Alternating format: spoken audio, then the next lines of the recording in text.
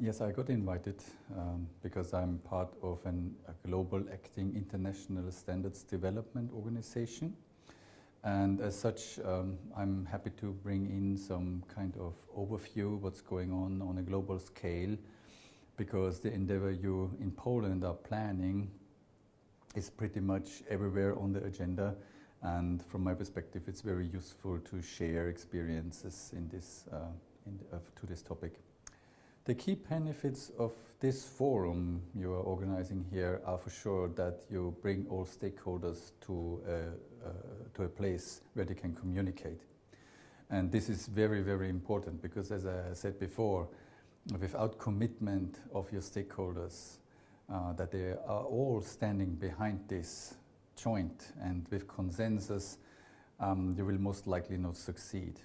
So having an event like this is a pre-stage on what you would like to achieve, and is more a good basis for future negotiations when it comes to the tricky topics which have to be resolved and where consensus has to be found. In terms of funding models, there is not a silver bullet which I can recommend to Poland on a model which you should choose. I can just say that from what I've seen in other countries, and especially in my own home country, Austria, where I have a good insight, is that it's always wise that you fund your funding model on the basis of the stakeholders, which are, let's say, which are the pillars of the system you want to establish. So in Austria, for example, all the stakeholders which are responsible for providing healthcare in Austria are at the same time funding the national e-health infrastructure, which makes sure that they are committed to this project during the long course of its development. So since they are paying it, it's their interest that it's used, and I think this is the way to do it.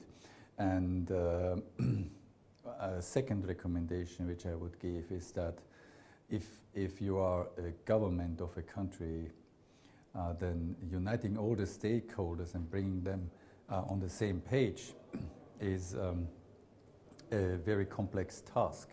It needs a lot of political work and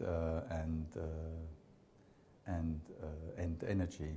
So it is in your interest as government that you scope this task to the minimum which is required. That means, on the other hand, that you leave the responsibility on the different healthcare stakeholders, like provinces or facilities of insurances and so on. So in Austria, for example, we don't mix with that.